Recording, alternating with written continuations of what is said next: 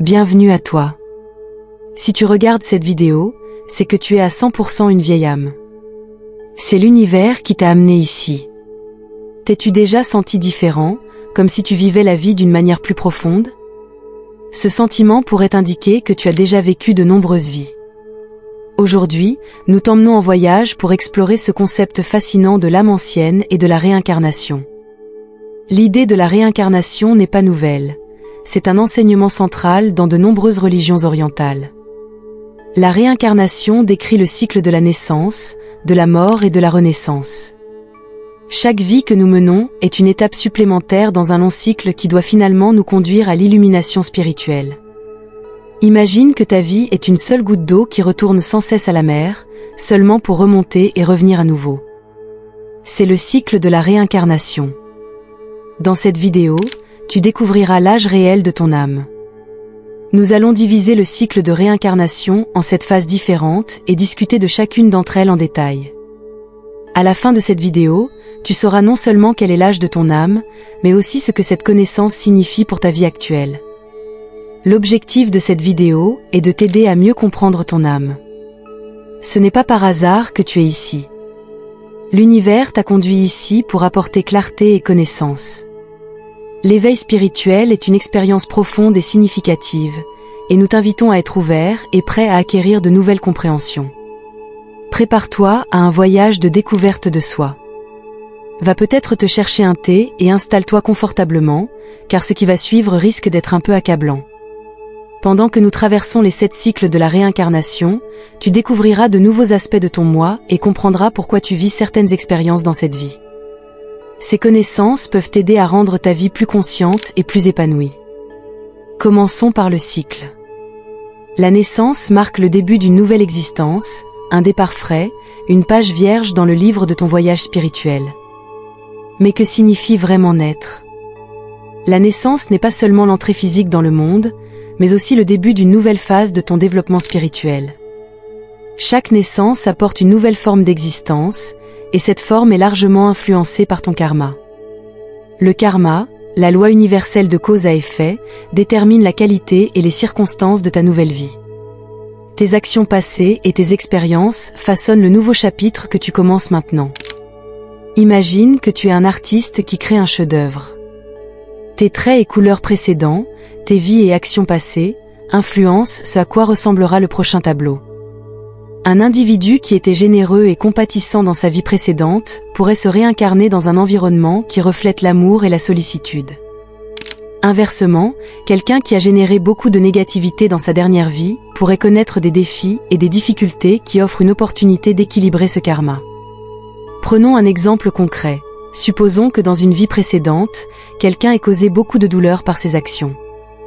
Dans cette nouvelle vie, cette personne pourrait se réincarner dans un environnement où elle doit apprendre à pratiquer la compassion et le pardon. Cet environnement offre la possibilité de guérir le karma négatif qui s'est formé et de grandir spirituellement. La signification spirituelle de la naissance est profonde. Elle est plus qu'un simple processus biologique. C'est une opportunité d'apprendre et de grandir à un nouveau niveau. Chaque naissance est une occasion unique de développement, une chance de mieux se comprendre soi-même et de voir les défis de la vie comme des processus d'apprentissage.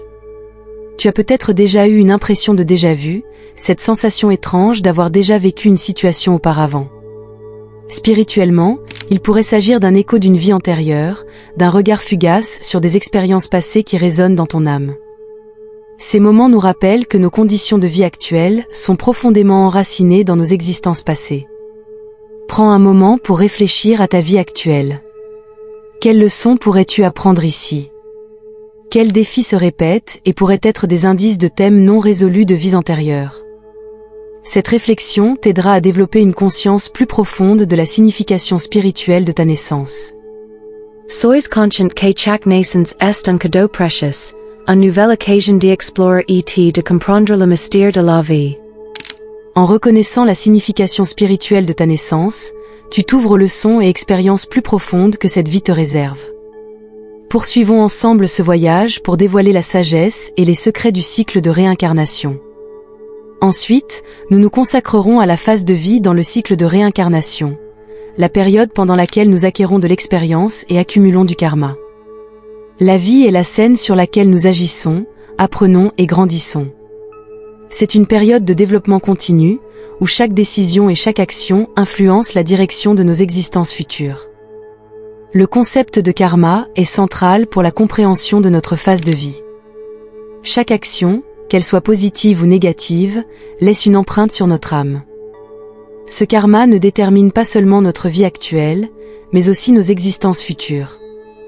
Imagine que chaque décision que tu prends est une pierre jetée dans un étang. Les vagues qui en résultent influencent toute la surface de l'eau. De la même manière, chacune de nos actions a un impact sur notre vie et nos futures réincarnations. La croissance et le développement spirituel sont des objectifs essentiels de la vie. Grâce à la méditation, à la prière et à d'autres pratiques spirituelles, nous pouvons nourrir notre âme et nous développer. Ces pratiques nous aident à nous centrer et à trouver notre sagesse intérieure. La méditation, par exemple, peut nous aider à nous écouter et à être clairs sur nos objectifs de vie. La prière peut nous connecter à une puissance supérieure et nous donner la force de surmonter les défis. Les défis et les leçons sont des parties inévitables de la vie. Mais au lieu de les considérer comme des obstacles, nous devrions les voir comme des opportunités de croissance. Chaque difficulté que nous rencontrons apporte une leçon précieuse. Un exemple pourrait être un schéma récurrent dans tes relations. Peut-être que tu attires toujours les mêmes conflits ou défis. Ces schémas ne sont pas aléatoires, ils indiquent des leçons karmiques non résolues que tu dois apprendre dans cette vie. Les relations jouent un rôle particulier dans notre vie et sont souvent profondément liées à notre karma. Les âmes sœurs et les flammes jumelles sont des personnes avec lesquelles nous avons un lien karmique particulier. Ces relations ne sont pas toujours faciles, mais elles offrent les plus grandes opportunités de croissance spirituelle. Imagine que tu rencontres quelqu'un avec qui tu ressens immédiatement un lien profond. Ce lien pourrait provenir d'une vie antérieure où vous avez appris des leçons importantes ensemble. Maintenant, je t'invite à réfléchir à ta propre vie. Quels sont les modèles et les leçons que tu reconnais? Quels sont les défis qui reviennent sans cesse? Cette réflexion est un pas important vers la connaissance de soi et la résolution des enchevêtrements karmiques. L'attention et la vie consciente sont essentielles pour reconnaître et intégrer ces leçons. En étant présent dans le moment présent et en dirigeant consciemment nos actions et nos pensées, nous pouvons faire avancer notre développement spirituel. Sois conscient que la vie est une occasion precious d'apprendre et de grandir. Chaque expérience, bonne ou mauvaise, contribue au développement de ton âme. En vivant de manière attentive et réfléchie, tu peux maîtriser les leçons karmiques de cette vie et te préparer aux existences futures. Poursuivons ce voyage de connaissance de soi et découvrons le sens profond de notre vie et de nos actions. Ouvre ton cœur et ton esprit, car les découvertes qui t'attendent sont la clé d'une vie épanouie et consciente.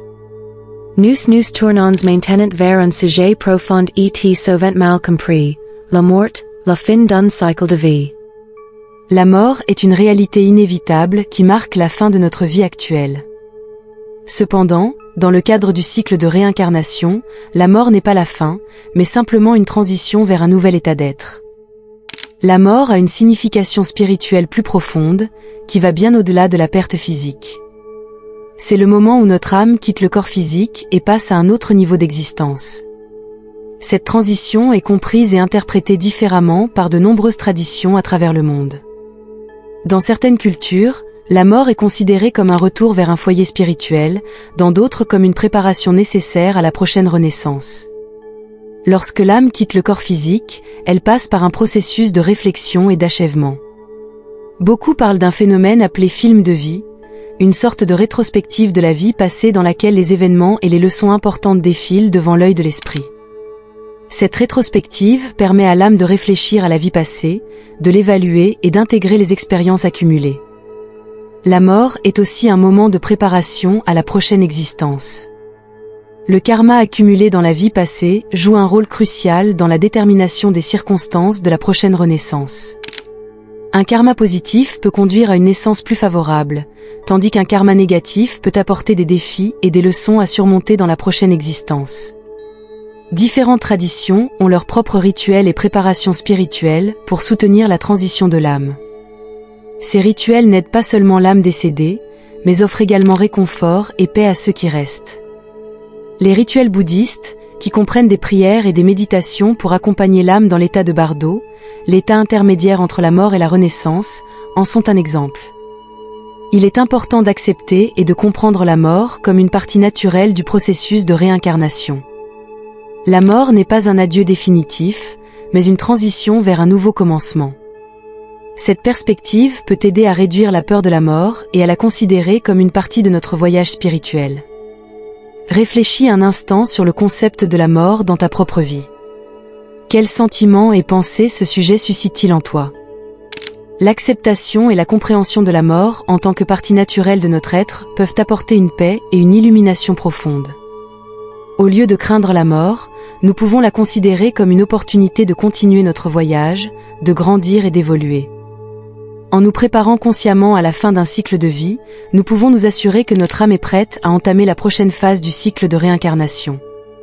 Cette préparation implique de vivre consciemment en accord avec nos convictions spirituelles et d'accumuler du karma positif grâce à nos actions.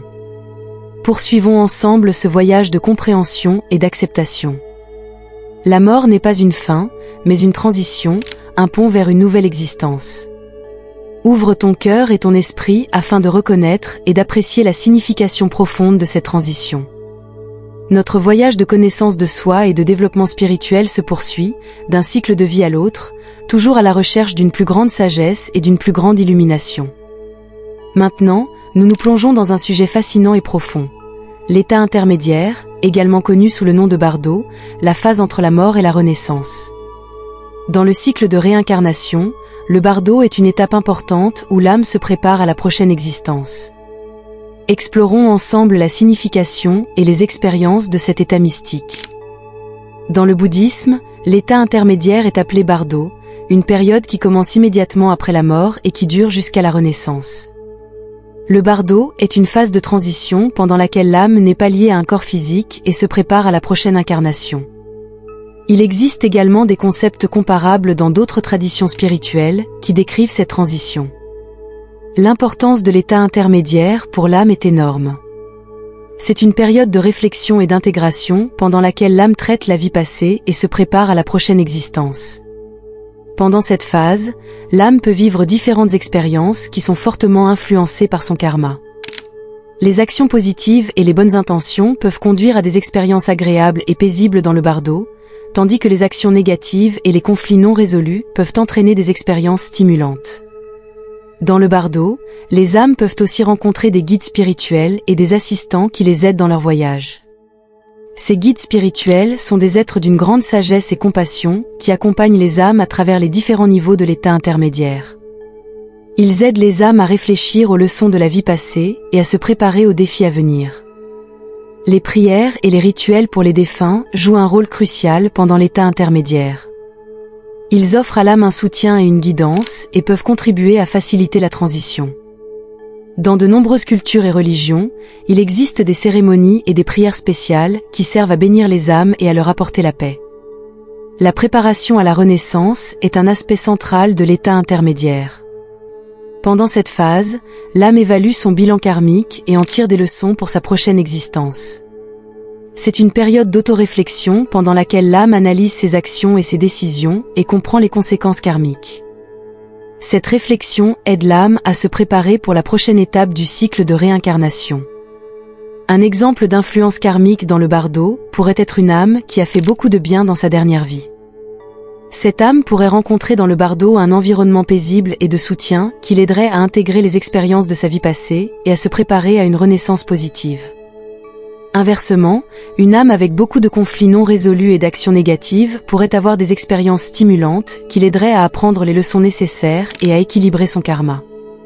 On ne soulignera jamais assez l'importance de la réflexion et de l'intégration dans l'état intermédiaire. C'est une période où l'âme assimile complètement les leçons de la vie passée et intègre les connaissances qui en découlent. Cette intégration est cruciale pour le développement spirituel et la préparation à la prochaine incarnation. Je t'invite à réfléchir au concept d'état intermédiaire et à l'importance de cette phase pour ton propre voyage spirituel. Quelles leçons as-tu apprises dans ta vie et comment pourraient-elles influencer tes existences futures? En prenant conscience de cette réflexion, tu peux mieux te préparer à ton développement spirituel et aux défis de la vie. Continuons ensemble ce voyage de connaissance de soi et de développement spirituel. Le bardo est une partie fascinante et importante du cycle de réincarnation, et la compréhension de cette phase peut t'aider à être plus conscient et plus attentif à ta vie. Ouvre ton cœur et ton esprit aux connaissances profondes que cet état mystique a à offrir et prépare-toi à intégrer les leçons et les expériences qui enrichiront ton voyage spirituel. Nous abordons maintenant le sujet fascinant de la Renaissance, à l'entrée dans une nouvelle existence. La renaissance est le processus par lequel l'âme entre dans une nouvelle forme de vie après avoir quitté l'état intermédiaire. Cette transition est un moment crucial du cycle de réincarnation et fortement influencé par les influences karmiques des vies précédentes. L'importance de la renaissance réside dans l'opportunité qu'elle offre à l'âme d'évoluer et d'acquérir de nouvelles expériences. Chaque renaissance est l'occasion d'apprendre des leçons qui sont peut-être restées incomplètes dans la vie précédente. Les actions karmiques accumulées jouent un rôle central dans ce processus. Le karma positif peut conduire à une naissance dans des circonstances avantageuses et favorables, tandis que le karma négatif peut apporter des défis et des difficultés. Il existe différentes formes de renaissance, en fonction du karma accumulé et des besoins spirituels de l'âme. Ces formes de vie peuvent inclure des formes d'existence supérieures ou inférieures. Un exemple de forme d'existence supérieure serait de renaître en tant qu'être humain avec une forte orientation spirituelle, qui a la possibilité de développer une profonde sagesse et compassion. En revanche, une forme d'existence inférieure pourrait être une vie d'animal apprenant des leçons de survie de base. L'équilibre karmique joue un rôle crucial dans la détermination de la forme et de la qualité de la renaissance. Chaque action que nous accomplissons dans nos vies laisse une empreinte sur notre âme. Les actions karmiques positives, comme la compassion, la générosité et l'amour, conduisent à des renaissances favorables. Les actions négatives, comme la haine, l'avidité et la violence, peuvent mener à des existences provocantes qui servent à compenser le karma négatif. Les indicateurs de l'âge de l'âme peuvent nous donner des indications sur le nombre de vies que nous avons déjà vécues et sur le niveau de développement spirituel auquel nous nous trouvons. Certains de ces indicateurs sont les synchronicités et les schémas récurrents dans la vie. Par exemple, la rencontre d'une flamme jumelle ou l'apparition répétée de certaines séries de chiffres comme 11, 11 ou 333 pourraient être des indices d'un âge avancé de l'âme. Pour classer l'âme du spectateur sur une échelle de 2 à 2000 vies, nous divisons les âges de l'âme en 5 niveaux. Ces étapes représentent le développement spirituel et les expériences accumulées par l'âme. Une jeune âme peut se trouver dans les premiers cycles de vie, curieuse et inexpérimentée, tandis qu'une vieille âme peut accéder à une sagesse supérieure et à des connaissances spirituelles plus profondes. Comment peux-tu maintenant classer ta propre âme sur cette échelle? Commence par réfléchir à tes expériences de vie. As-tu l'impression de posséder une sagesse profonde et inexplicable? Expérimentes-tu souvent des synchronicités ou rencontres-tu des personnes avec lesquelles tu ressens immédiatement une profonde connexion? Ces expériences peuvent être des indices que tu es une vieille âme. En te connectant à ton moi intérieur et en écoutant ton intuition, tu peux développer une sensation du nombre de vies que tu as déjà traversées. Poursuivons ensemble ce voyage de renaissance et de développement spirituel. Chaque renaissance est une nouvelle occasion d'apprendre, de grandir et de maîtriser nos leçons karmiques. Ouvre ton cœur et ton esprit aux compréhensions plus profondes que cette nouvelle existence a à offrir et prépare-toi à intégrer les leçons et les expériences qui enrichiront ton voyage spirituel. Réfléchis à ta propre vie et aux schémas qui se répètent. Utilise cette réflexion pour acquérir une compréhension plus profonde de ton voyage spirituel et de l'âge de ton âme. Les connaissances que tu acquiers peuvent t'aider à rendre ta vie plus consciente et plus épanouie pendant que tu te prépares au voyage continu de ton âme dans le cycle de réincarnation. Nous nous approchons maintenant de l'un des sujets les plus profonds et les plus gratifiants de notre voyage, la réalisation de soi, le chemin vers l'illumination. La réalisation de soi est la reconnaissance et la compréhension de notre vrai moi, au-delà de toute illusion et de toute tromperie. C'est le point culminant du voyage spirituel, au cours duquel nous atteignons une sagesse plus profonde et une connaissance spirituelle. L'importance de la réalisation de soi ne peut pas être surestimée. C'est le moment où nous surmontons les illusions de l'ego et reconnaissons notre véritable nature divine. Cette prise de conscience mène à un état de paix intérieure et de bonheur qui change radicalement notre vie. La réalisation de soi signifie répondre aux questions les plus profondes de notre existence et atteindre la forme la plus élevée de sagesse spirituelle. Il existe différents processus et pratiques qui peuvent nous aider sur le chemin de la réalisation de soi. La méditation est l'une des méthodes les plus puissantes pour regarder en nous-mêmes et découvrir la véritable nature de notre être. La pleine conscience, l'expérience consciente du moment présent, nous aide à observer et à comprendre nos pensées et nos émotions sans nous identifier à elles. D'autres pratiques spirituelles comme le yoga, la prière et la contemplation peuvent également être des outils précieux dans ce voyage. Il ne faut pas sous-estimer l'importance des relations maître-élève et de la guidance spirituelle. Un enseignant sage peut nous aider à reconnaître et à surmonter les obstacles sur notre chemin. Ils peuvent nous inspirer, nous encourager et nous guider sur le chemin de l'illumination. Un enseignant agit souvent comme un miroir qui nous aide à voir plus clairement notre vrai moi. Mais le chemin vers la réalisation de soi n'est pas sans défi. Il y a de nombreux obstacles que nous pouvons rencontrer sur notre chemin. Ces obstacles sont souvent des croyances profondément ancrées, des peurs et des doutes qui nous empêchent de voir notre vrai moi. Un exemple typique d'un tel défi est l'identification à l'ego, la croyance que nous sommes nos pensées, nos émotions et les circonstances extérieures. Cette illusion peut être surmontée en apprenant à observer notre ego et à comprendre qu'il n'est pas notre vrai moi. Les signes et indicateurs de la réalisation de soi sont souvent subtils, mais puissants. Un signe clair est la paix intérieure que nous ressentons, indépendamment des circonstances extérieures. Cette paix s'accompagne d'un profond sentiment de bonheur et d'un discernement spirituel inébranlable. D'autres indicateurs peuvent être un sentiment d'unité avec toute vie, un amour et une compassion profonds pour tous les êtres et une connaissance claire et intuitive. Maintenant, je t'invite à réfléchir à ton propre chemin spirituel. Quelles pratiques et expériences t'ont aidé à te rapprocher de ton vrai moi? Quels sont les obstacles que tu as surmontés sur ton chemin et quels sont les défis qu'il te reste à relever? Cette réflexion est une partie importante de la réalisation de soi et t'aide à poursuivre ton voyage spirituel de manière plus consciente et plus ciblée. Il est important de travailler continuellement sur notre pratique spirituelle et de nous développer en permanence. Le voyage vers la réalisation de soi est un processus continu qui nous apporte sans cesse de nouvelles connaissances et expériences. En s'engageant dans ce processus et en restant ouverts à de nouvelles compréhensions, nous pouvons développer notre plein potentiel spirituel et mener une vie épanouie et illuminée. Poursuivons ensemble ce voyage vers la réalisation de soi. Ouvre ton cœur et ton esprit à la profonde sagesse et aux connaissances qui t'attendent. Sois prêt à surmonter les obstacles et à relever les défis que tu rencontreras sur ton chemin. Les récompenses sont incommensurables, la paix intérieure, la béatitude et la plus haute forme de discernement spirituel. Ton voyage vers l'illumination commence maintenant, et je me réjouis de t'accompagner sur ce merveilleux chemin. Nous nous approchons maintenant du point culminant de notre voyage spirituel, l'illumination, la fin du cycle de réincarnation.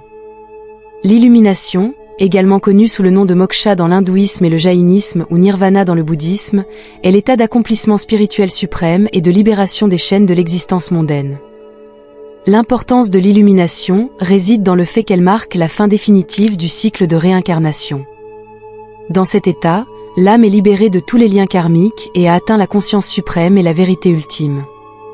Moksha et nirvana représentent la fusion de l'âme individuelle avec le divin, un retour à un état de pure félicité et d'unité éternelle. L'état d'illumination se caractérise par une félicité et une paix incomparables. Il signifie l'unité complète avec le divin et la libération de toutes les illusions et souffrances mondaines. Des maîtres spirituels comme Bouddha, Mahavira et Sri Ramana Maharshi ont atteint cet état et servent d'exemple lumineux de la possibilité de cet accomplissement spirituel suprême. Leur vie et leurs enseignements nous inspirent à chercher notre propre chemin vers l'illumination. Le processus de l'illumination comprend différentes étapes et pratiques. Les éléments essentiels de ce chemin sont le détachement, la compassion et la sagesse. Le détachement signifie se libérer des liens matériels et des désirs égoïstes. La compassion exige de développer un amour et une compréhension profonds envers les autres êtres vivants. La sagesse vient en reconnaissant la vraie nature de la réalité et en surmontant l'ignorance et l'illusion. Le chemin vers l'illumination n'est pas facile, mais il existe différentes pratiques qui peuvent nous aider sur ce chemin. La méditation, la pleine conscience et le yoga sont des méthodes puissantes pour purifier notre esprit et élever notre âme. La discipline spirituelle et la dévotion sont également essentielles pour surmonter les obstacles sur notre chemin et atteindre notre objectif spirituel. Les effets de l'illumination sur l'âme sont profonds. L'illumination signifie la libération complète des contraintes du cycle karmique et l'atteinte de l'état le plus élevé de l'être.